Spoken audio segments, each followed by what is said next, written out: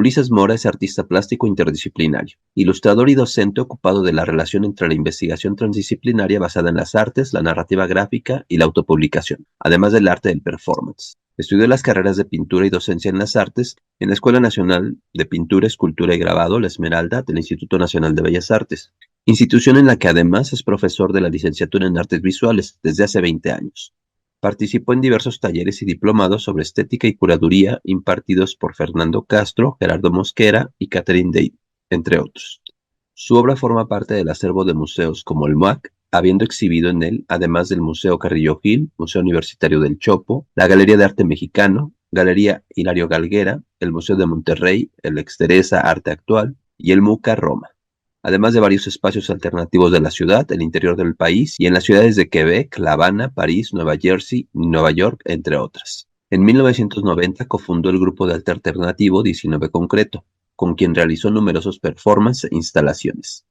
De 1996 a 1999 formó parte de la dirección del espacio independiente Art Deposit, en el que curó, montó y organizó varias exposiciones y eventos en México, Guadalajara y Nueva York.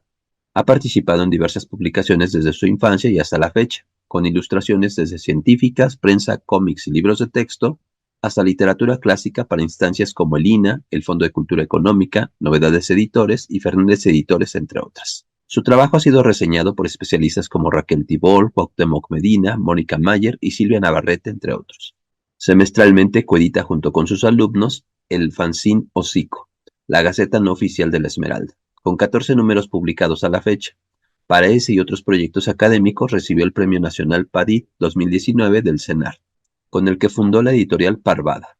Hace 5 años coordina junto a Roberto Junco, subdirector de la Subdirección de Arqueología Subacuática del Instituto Nacional de Antropología e Historia, la investigación transdisciplinaria entre arte y arqueología, Transcavaciones, con un equipo de cerca de 20 especialistas de diversas ramas del arte y la ciencia, y actualmente realiza storyboards para casas productoras de cine y funge como jurado del PECDA FONCA, y periódicamente imparte cursos de arte secuencial en la Escuela Veracruzana de Cine Luis Buñuel de Jalapa, Veracruz.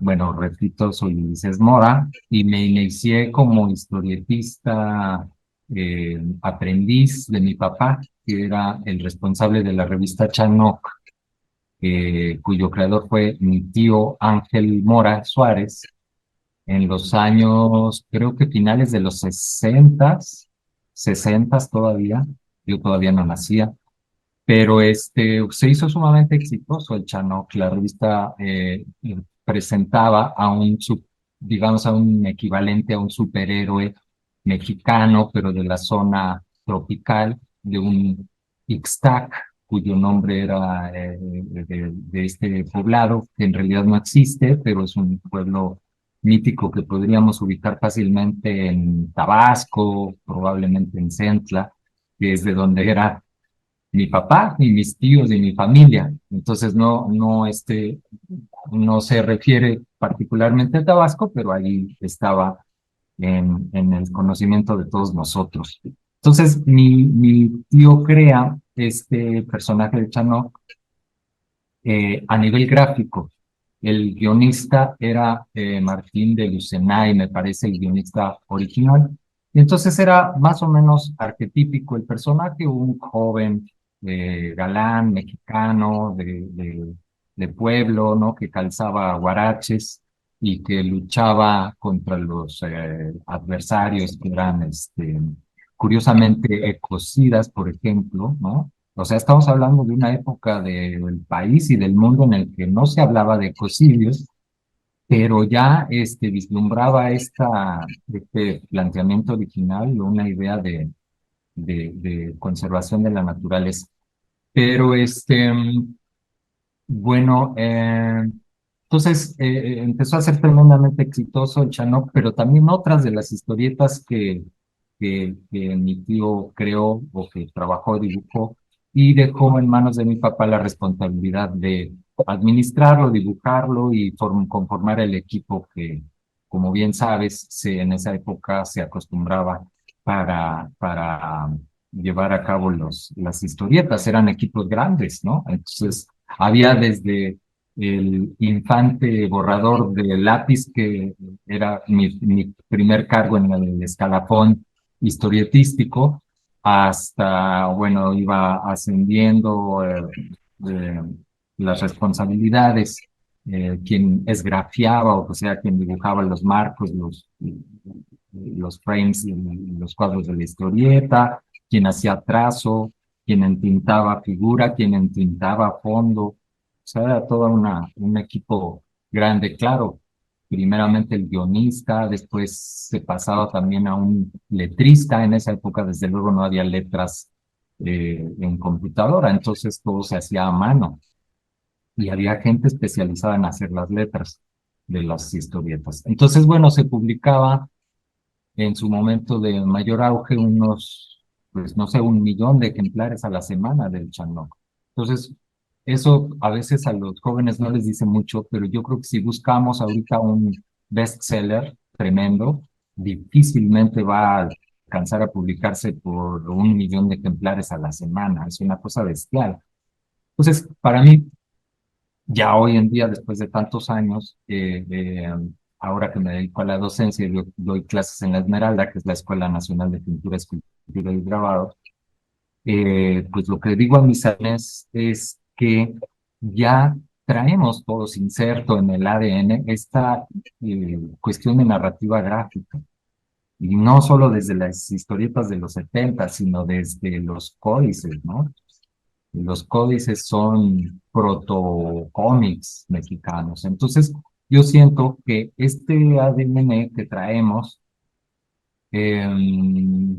pese a que la industria editorial mexicana de cómics desapareció en los años 80, finales de los 80, principios de los 90, debido a su propia eh, pues inconsciencia de sí misma, la editorial, ¿no? No supo hacia dónde crecer, no supo conducirse a los nuevos públicos y se volvió cada vez más soez, más vulgar y menospreció a su público emergente. Entonces se autodeglutió, se fagocitó y acabó con su propio público. Y entonces editoriales como Vid empezaron a importar, claro, las historietas de Marvel, y pues una gran cantidad de historietistas mexicanos nos quedamos sin chamba, sin trabajo.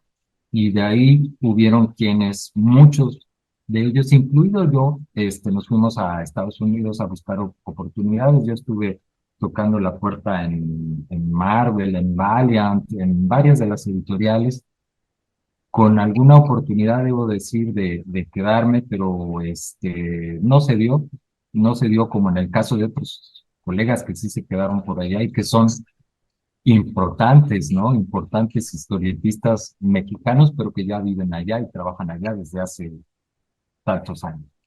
Entonces, yo que me quedé acá, por ejemplo, descubrí que mis capacidades, nuestras capacidades dentro de la narrativa gráfica servían perfectamente para dibujar storyboards para cine y anuncios de televisión y todo tipo de producciones fílmicas.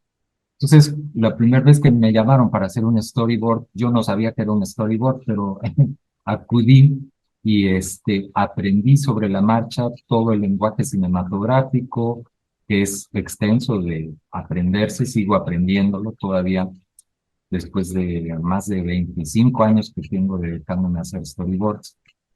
Y pues te decía que originalmente el comentario era porque creo que tenemos nosotros un ADN de narrativa gráfica, de lectoescritura, de imagen visual representada gráficamente junto con texto, ¿no? La idea del códice, la idea de Posada, ¿no? Pues Guadalupe Posada, de la idea de la familia Burrón, del Chanó, de Lágrimas y Risas, que por un lado te hablaba de Editorial Vid, que una parte se dedica únicamente a importar cómics de Marvel y por otro lado se dedica también a venderle sus guiones a la televisión mexicana, a las telenovelas. Yolanda Vargas Dulce se vuelve exitosísima guionista, no solo ya para los cómics, sino también para las telenovelas. Y pues nosotros quedamos volando un poco, encontramos estos otros caminos, ¿no? Y yo, para mis clases, que muchos años después comencé a dar en la Esmeralda, incorporo pues como estos saberes personalizados que he acumulado y que eran mal vistos cuando yo era alumno. Es decir, cuando yo era alumno de la Esmeralda, no asumía, no circulaba demasiado mi doble vida como ilustrador o como dibujante de historieta porque estaba un tanto mal vista. A diferencia de hoy en día que los horizontes del arte se han expandido favorablemente. Entonces tenemos, por ejemplo, un profesor que es experto y que lleva un laboratorio de tatuaje, ¿no? Por ejemplo, tenemos cerámica utilitaria, tenemos pues mi taller que es de ediciones experimentales y donde hacemos fanzines. Y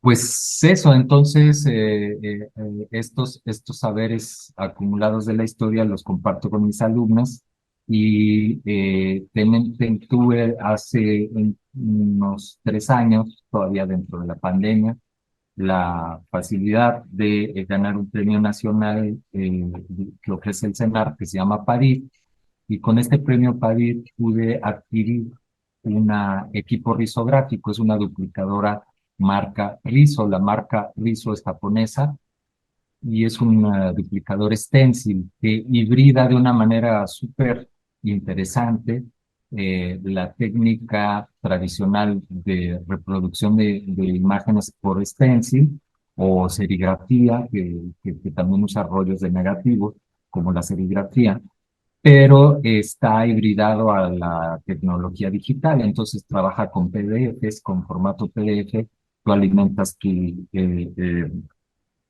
máquina Riso y terminas imprimiendo a una alta velocidad pues fanzines, libros, de todo tipo de ediciones. ¿Por qué por qué lo decidí incorporar, Aarón? Fíjate que porque yo eh, siempre me fasciné por la idea de la duplicación de la imagen desde que era niño. Cuando yo le ayudaba a mi papá a ilustrar, primero borrando, luego haciendo los marcos, el esgrafiado de los marcos de los cuadros, luego los globos, luego empecé a trazar un poco a lápiz para no equivocarme, porque la tinta es algo ya muy definitorio, tienes que ser ya muy hábil para ello, pero ya después hice tinta, después llegué a hacer hasta portadas. Eh, pero lo que me fascinaba era que pues, yo entregaba al editor mis originales dibujados. Por cierto, debo ahora admitir, éramos muy explotados por esta industria editorial. Entonces, desgraciadamente yo no llegué a la historieta como muchos de los exitosos dibujantes que lo hicieron vía fan, o sea que eran fans de las historietas y decidieron dibujar. Yo lo hice vía oficio familiar. Entonces, debo reconocer que tengo una relación amor-odio con la historieta, porque fui muy maltratado. Fuimos muy maltratados los historietistas mexicanos de esa época por la industria editorial voraz, ¿no? Que te explotaba mucho, que de repente llegábamos un viernes, ¿no? Después de trabajar toda la semana, estábamos así en las últimas, a las 3 de la tarde que cerraban la oficina, entregando lo que habíamos logrado ilustrar en la semana y nos decía, pues alguien que se le pagaba para que revisara, pues no me gustó, no está padre, te regreso tu portada o te regreso tus cartones porque pues no me gustaron y ni siquiera había una, un juicio de valor y bien fundamentado de por qué te regresaban o cualquier cosa y esa semana te quedabas sin cobrar, te quedabas sin un peso era muy humillante. Entonces, bueno, todos esos malos recuerdos también los tengo, desafortunadamente, además de, pues, lo gozoso que era dibujar y que sigue siendo dibujar, ¿no?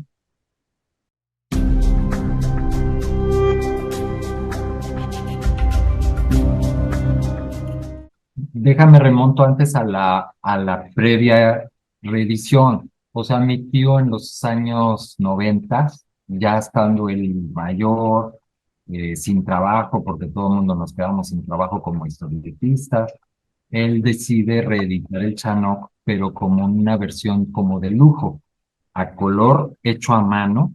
O sea, ya no era un color de offset por un colorista que nunca conocíamos, no sabíamos ni cómo se hacía, ¿no?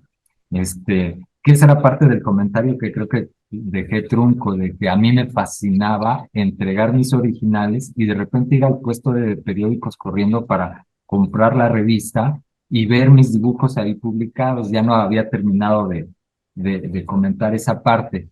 Entonces, yo un poco como Van Gogh, ahorita regreso a lo de la revisión de Chanok, un poco como Van Gogh decía, eh, el grabado es magia, tú siembras un dibujo y cosechas 100 dibujos. Entonces, para mí era eso también magia, y yo he querido en mi clase aprender haciendo un poco a la filosofía pedagógica de Rancière, este pedagogo francés, que escribe el libro del maestro ignorante. He querido aprender junto con mis alumnos a hacer cosas, a saber cómo funcionan las cosas en la edición. Entonces, por eso lo del equipo de duplicación, y por eso estamos haciendo fanzines y editando experimentalmente en la Esmeralda. Regreso a tu pregunta. Entonces, hubo esta primera revisión a colores en un tamaño muy grande y todo, hecha y dibujada completamente por mi tío. Ya estando él mayor, ya siento yo habiendo perdido alguna capacidad como dibujante, y pues como que ya no el perfil a quien iba dirigido, una revista cara, a todo color, editada pues como a todo lujo, no funcionó porque ese público ya no existía de la misma manera que él había pensado, y también ya la calidad del dibujo era distinta, y lo trató de modernizar, ¿no? Él se trataba de mantener vigente y trató de hacer un dibujo muy a los 90, pero pues ya no era tan lo suyo, lo que su mano le podía ofrecer. Entonces yo creo que por ahí hubo un error. Esa fue una edición que trató él de actualizar y que fracasó. Luego él, ya todavía más mayor, ya en su última etapa de vida, recibe la oferta de Porrúa para reeditar números antiguos de Chanok. A mí no me parecen tan malos, porque en realidad son los dibujos como yo los veía, ¿no? En blanco y negro, que eran los cartones como nosotros los dibujantes los entregábamos y los veíamos. Lo que no me gusta mucho es el tamaño, porque pues, es un tamaño pequeño el del libro, y tampoco me gustó que el primer número o número cero con el que aparece este compendio es en realidad un número muy posterior que dibujó mi tío ya de grande, habiendo perdido capacidades dibujísticas. Entonces, fue un ejercicio de él en el que dijo, a ver, ¿qué pasaría si ese número cero de Chanok que tengo extraviado? Por cierto, es un dato interesante, está extraviado y creo que no hay nadie que conserve el número cero de Chanok. Él lo redibujó a como recordaba el guión. Estoy improvisando un poco, tal vez me equivoque, ¿eh? Pero es lo que yo entendí o lo que yo recuerdo. Entonces lo redibujó, es el nacimiento de Chano, y pues ya lo dibujó estando el grande, las habilidades manuales ya no le daban para mucho, y entonces uno no entiende por qué, si es el número cero y se está remontando al origen y al nacimiento de Chanok, pues por qué está dibujado tan mal, y y además está fechado en épocas tan recientes, pero pues esa es la razón que yo entiendo. Y ya después de ese número cero vienen los demás que sí son ya números antiguos y que sí son una verdadera joya para verse y para leerse. Y creo que hubieron dos tomos de ese compendio. Yo tengo nada más el número uno y creo que hay un número dos de ese compendio. A mí sí me gustan, salvo estos dos errores que te acabo de comentar.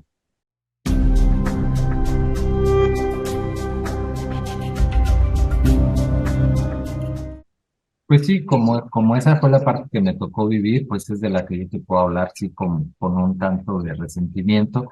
La verdad no me había puesto a pensar en los traductores, pero desde luego que son vitales, ¿no? Y luego lo vimos muchos años después, ya en pantalla de televisión, como los doblajes, que podría ser como el equivalente a las traducciones de los cómics, pues son notables, ¿no? Los doblajes mexicanos son absolutamente notables. Entonces, tienes razón en subrayar esta parte de las traducciones. Pero pues nosotros sí efectivamente fuimos muy golpeados. Hubo una suerte de pequeña reivindicación ganada, conseguida por pues no tenemos sindicato, pero teníamos a una agrupación de historietistas, la Sociedad Mexicana de Historietistas, que por cierto hoy sigue pues, de alguna manera presidiendo Francisco Ortega, eh, este, que en esa época también estaba, ahorita me acuerdo de los nombres, de Zenaido Velázquez. En esa época, en los noventas, lograron pues conseguir algunos derechos y reivindicación de derechos para autorales, para conseguir, por ejemplo, la devolución de nuestros originales. O sea, nuestros dibujos siempre se entregaban a la editorial y eran teóricamente propiedad de la editorial.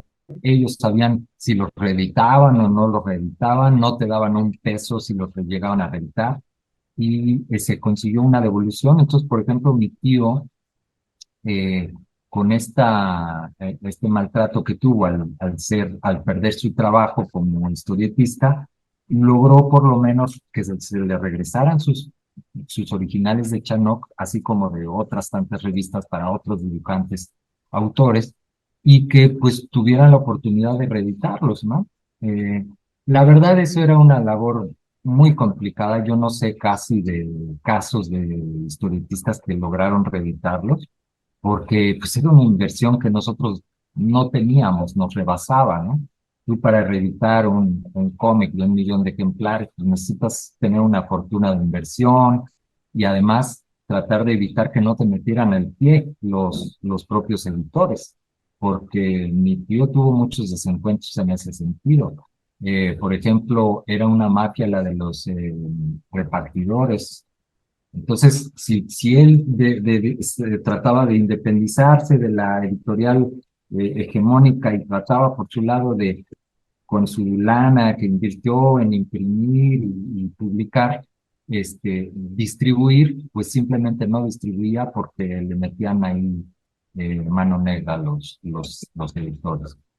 Entonces, no sé de quién haya reeditado esos originales, por ejemplo, de la época de Egea, la editorial Egea, que regresó también muchos originales de Sensacional de Luchas, de Traileros, de Maestros, que todas esas revistas yo las dibujé, trabajé portadas del Blue Demon, por ejemplo, me tocó trabajar mucho con Bronco, la revista de historietas del grupo Bronco, era bonito, fíjate que yo no sabía ni quién era Bronco cuando yo ya estaba dibujando las portadas, entonces me decía la chica que tocaba llevar la revista ahí en Egea, oye, pues tienes que ir, vamos a Monterrey para que pues, los conozcas a los de Bronco y vamos a su rancho y todo eso. Entonces, para mí era fascinante y yo iba al rancho de Lupe y de Choche y de todos los integrantes de Bronco, nos hicimos una cierta amistad y pues ya después yo les vendía cuadros, ¿no? Y para mí las pinturas que yo hacía tenían un doble sentido. Por un lado, para mí eran como artista conceptual, obra kitsch, ¿no? Un poco burlona, ridiculizando el mal gusto regiomontano de las rancherías. Y para ellos era arte, con mayúsculas. Entonces, pues todos quedábamos contentos, con eso. Y, pues de repente ellos me invitaban, me decían, oye, vente, vamos a echar un cabrito acá al rancho. Y pues iba yo, me pagaban el viaje, iba yo a comer con ellos y me regresaba el mismo día, a Ciudad de México.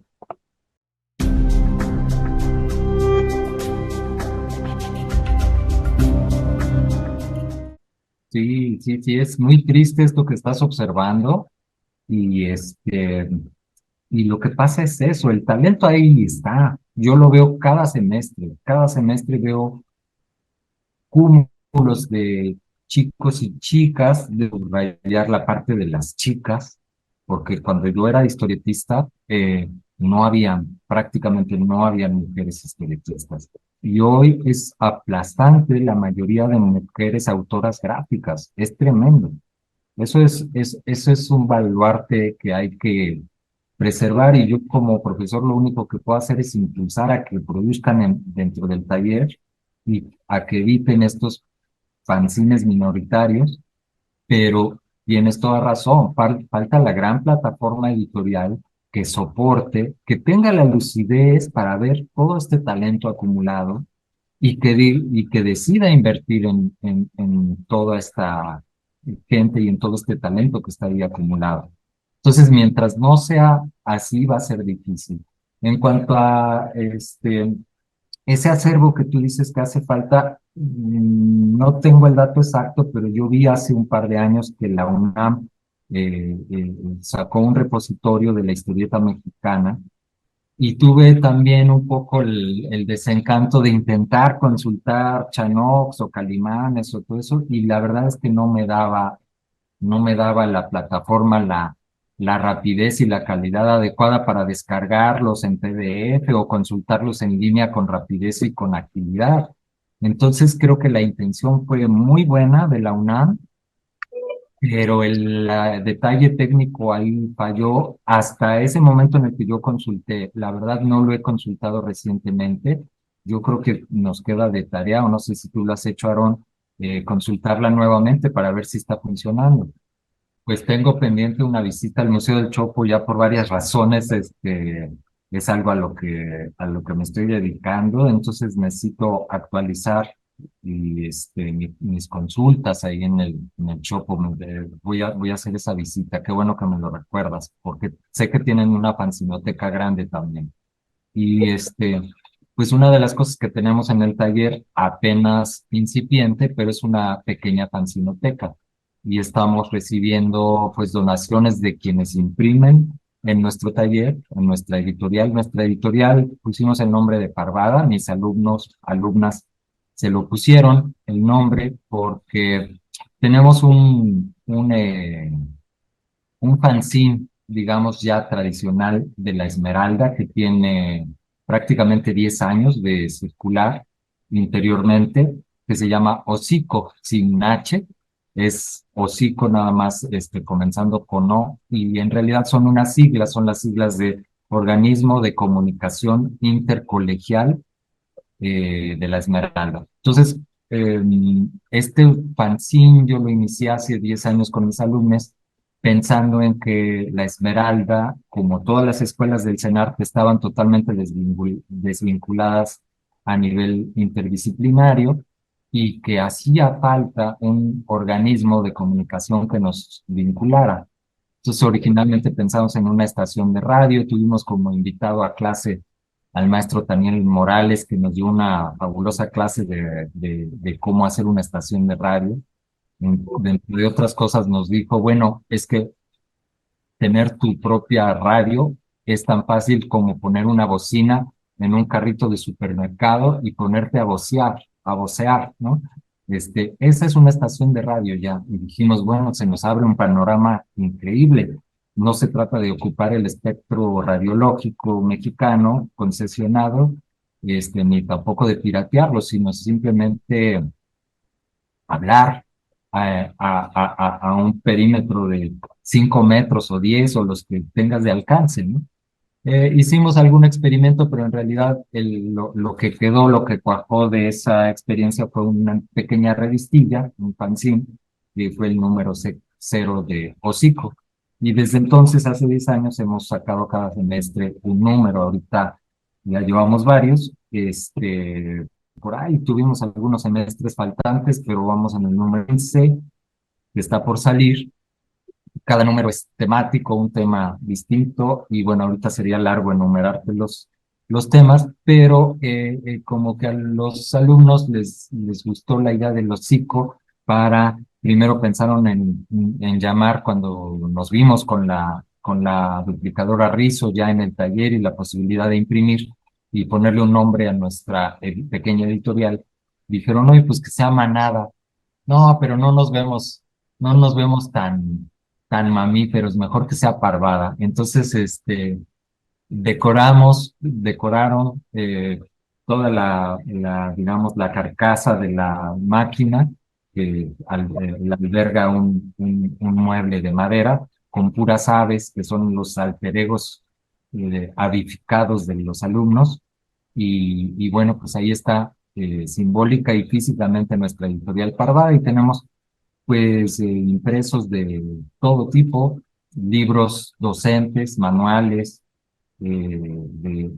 coordinados por los profesores y seguimos publicando con una sola tinta, la tinta azul.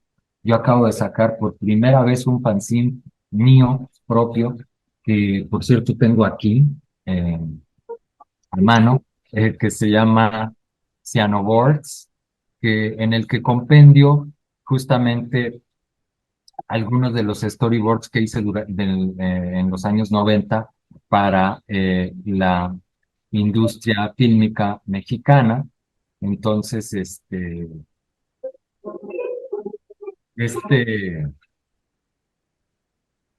este librito, eh, pues lo edité apenas con 100 ejemplares, pero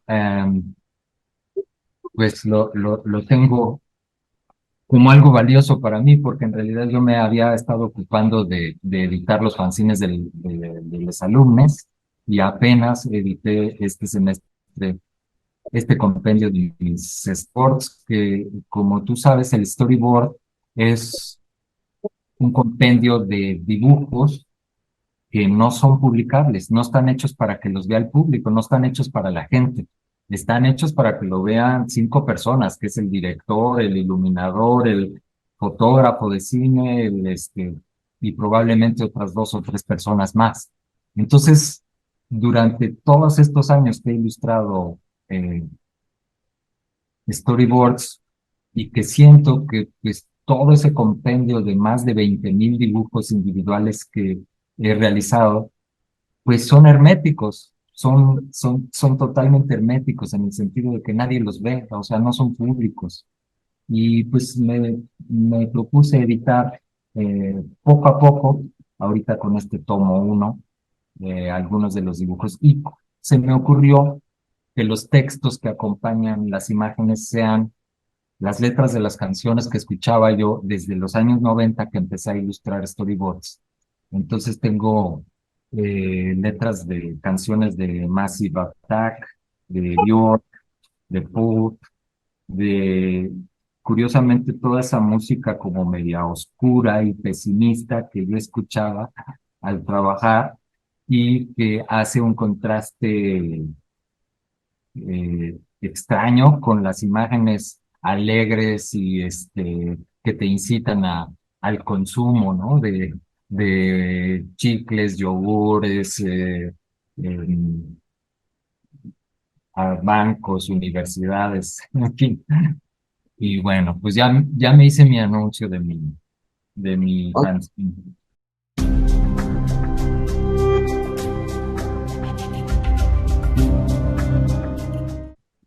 Híjole, pues sí, te decía, te repito, a nivel talento lo veo desbordante, está interesantísimo, como siempre. O sea, la mano del autor gráfico mexicano, de la autora gráfica mexicana, siempre es habilidosa, es expresiva.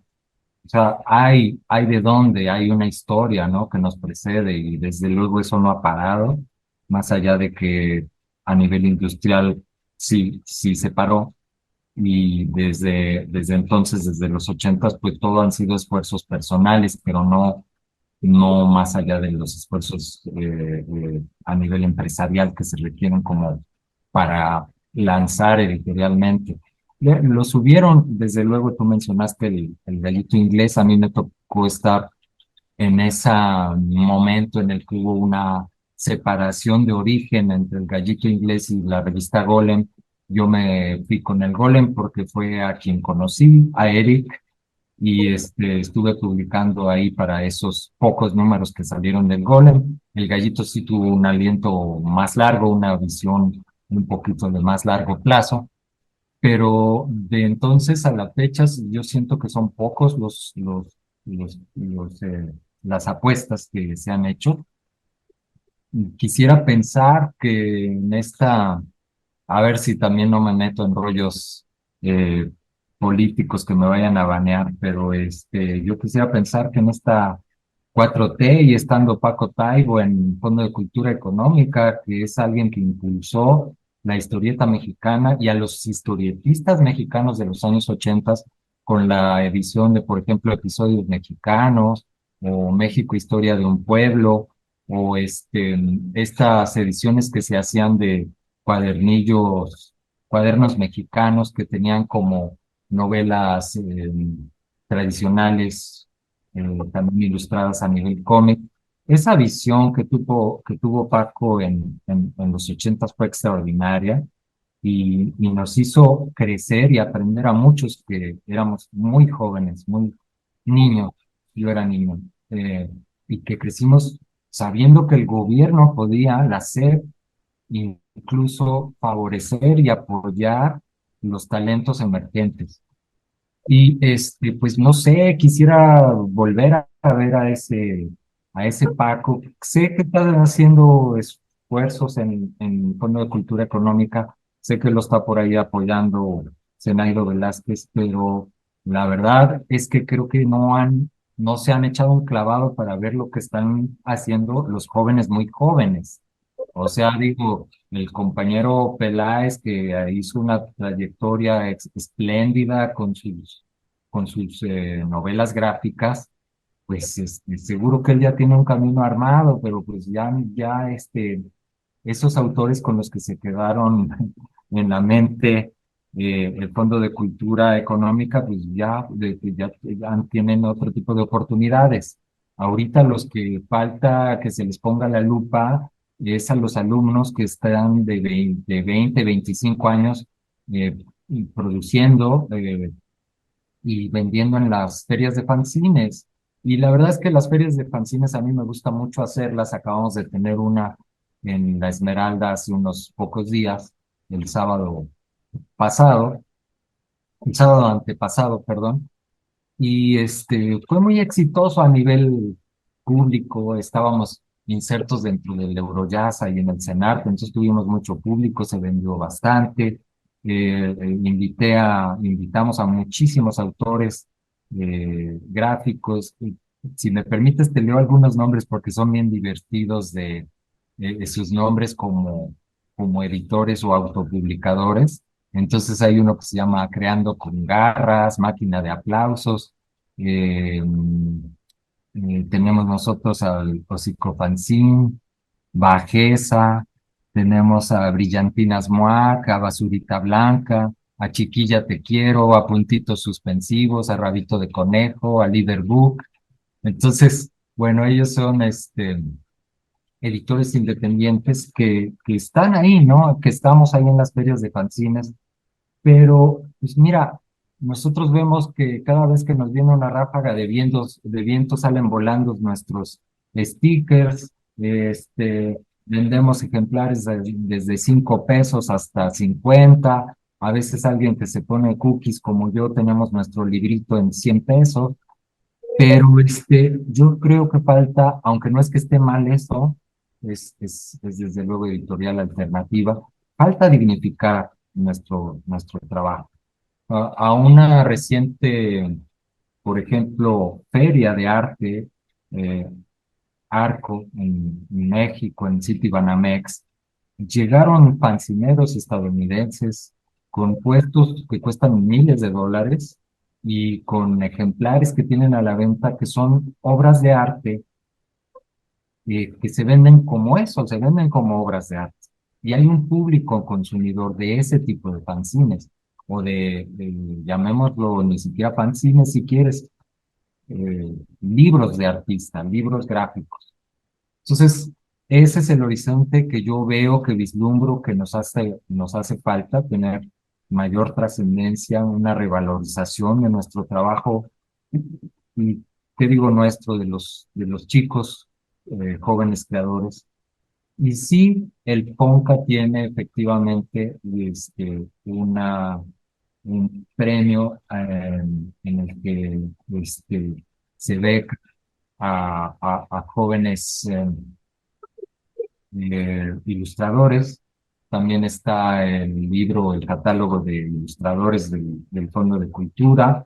O sea, sí hay por ahí algún esfuerzo, algunos esfuerzos, pero yo sigo pensando que lo que falta son editoriales con visión.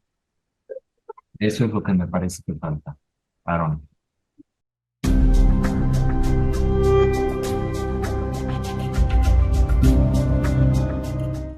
Híjole, es difícil, Aarón, porque justamente yo creo que, dado que nos estamos moviendo en un contexto marginal de ediciones, pues justamente se trata de incluirlo todo, ¿no? Desde lo subversivo hasta lo anárquico. Ahorita pienso en esta recuperación que tuvo Diego Flores Magón de la Casa del Hijo del Aguizote, con ese ánimo y ese espíritu de los Flores Magón al, al editar el Aguizote original como panfleto prerevolucionario, y ellos han recuperado, ahorita creo que están en un lapso un poquito que no entiendo muy bien porque se mudaron a Los Pinos, eh, pero han tenido esa recuperación del panfleto anárquico históricamente, y yo creo que el fanzine es eso, debe de ser sin límites, ¿no? No me gustaría poner ningún tipo de margen, ni de límite, ni de criterio estético, ni de plástico, ni conceptual para ello. Yo creo que una de las facultades esenciales del fanzine como objeto de aprecio es su capacidad de coleccionarse. Entonces, ahí estamos hablando de lo que tú observas, esa capacidad de generar un gusto por algo, un gusto particular. Entonces, la diferencia entre un coleccionista y un acumulador es la definición del criterio, ¿no? El acumulador no tiene criterio y el coleccionista sí tiene un criterio de selección. Entonces, si somos buenos coleccionistas, y yo siempre les digo a mis alumnos que el artista es antes que nada un coleccionista de imágenes, un coleccionista de historias, un coleccionista de mitologías, un coleccionista de recuerdos y desde luego de objetos. Y después te vuelves uh, un artista cuando sabes discurrir, cuando sabes articular tus colecciones y las conviertes justamente en discursivas. Entonces, yo creo que uno de los valores esenciales, repito, es ese del fanzine, el ser un objeto coleccionable. Y por eso no podemos limitarlo, porque va a haber un coleccionista para todo tipo de fanzines, desde los más cochinos y chilapastrosos hasta los demás finolis y de vanguardia o de cualquier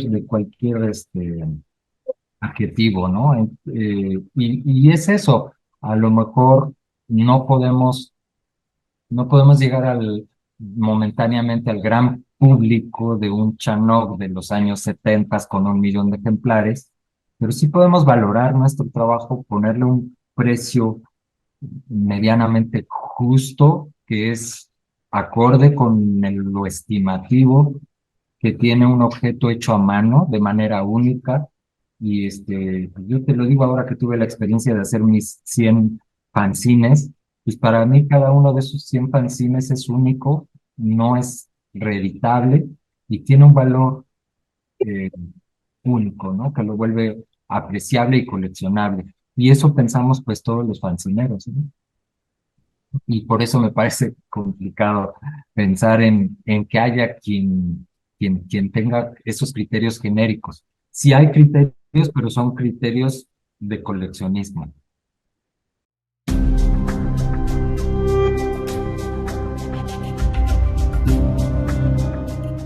César. Híjole, yo te lo voy a entregar de tarea porque soy pésimo con los nombres y fíjate que se los advierto a mis alumnos desde el día 1 del semestre, que les digo, cuando acabe el semestre, más o menos ya me voy a saber los nombres de ustedes, pero sí, sería injusto si te digo ahorita los dos de los que me acuerdo, o tres. Entonces, mejor te los paso por escrito y es padre tu tarea que me encargas porque sí los hay, sí las hay, sobre todo mujeres. Te digo que a mí me ha llamado mucho la atención ver la propuesta femenina a nivel gráfico, porque a mí no me tocó verla cuando yo era historietista y, te lo paso.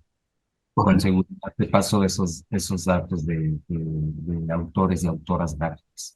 En marzo vamos a tener, que hago también ya un anuncio pues casi final de la charla, si me permites, que vamos a tener un evento fancinero, una feria de fanzines exclusivamente de autoras gráficas. Ya sabes, marzo como mes de la mujer, entonces nos vamos a sumar a muchos otros tipos de, de acciones en torno a las mujeres, y en este caso las autoras gráficas, que son muchas, y que muchas las actuales, las inquietas, las creativas, y también las del pasado, ¿no? Que no fueron reconocidas, que no figuran, que no están sus nombres en las listas de los demás autores gráficos que conocemos. Entonces, pues eso. Para Eso va a marzo ser, tenemos fecha, pero vamos a tener en la eso va a Esmeralda, ser en el CNA. en el Centro Nacional de las Artes, que es Churubusco y Tlalpan. Está la Escuela Nacional de Pintura, Escultura y Grabado, cuyo nombre debería actualizarse ya, porque no nada más nos dedicamos a la pintura, escultura y grabado, sino a un horizonte muy amplio de artes plásticas y visuales. Y vamos a tener en marzo este evento. Lo digo ahorita que falta mucho porque quienes de tu audiencia sean autoras jóvenes que quieran incorporarse, participar con una mesa, lo van a poder hacer desde luego si nos contactan. No quiero dejar fuera un caso excepcional también dentro de los alumnos de la escuela. Ahorita está por salir este semestre Iñaki y voy a cometer el error de no recordar su apellido, pero te lo debo porque digamos que así como revelación reciente, es un chavo sumamente destacado, Iñaki, te debo el apellido para que busques su trabajo. Está ahorita inédito, prácticamente inédito, y es alguien que debo recomendar porque pasó por mi taller 2 veces y estuvo en Italia en un semestre de intercambio académico y tiene una influencia gráfica del maestro Breccia, el uruguayo, pero magistral su mano. Entonces, bueno, nada más lo quería mencionar porque luego se me van esos nombres.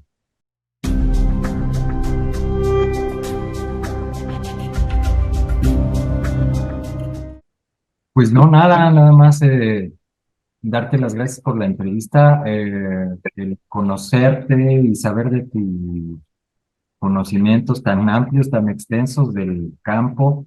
Me hace pensar por qué fue que no te conocía antes y pues ofrecer a los alumnos que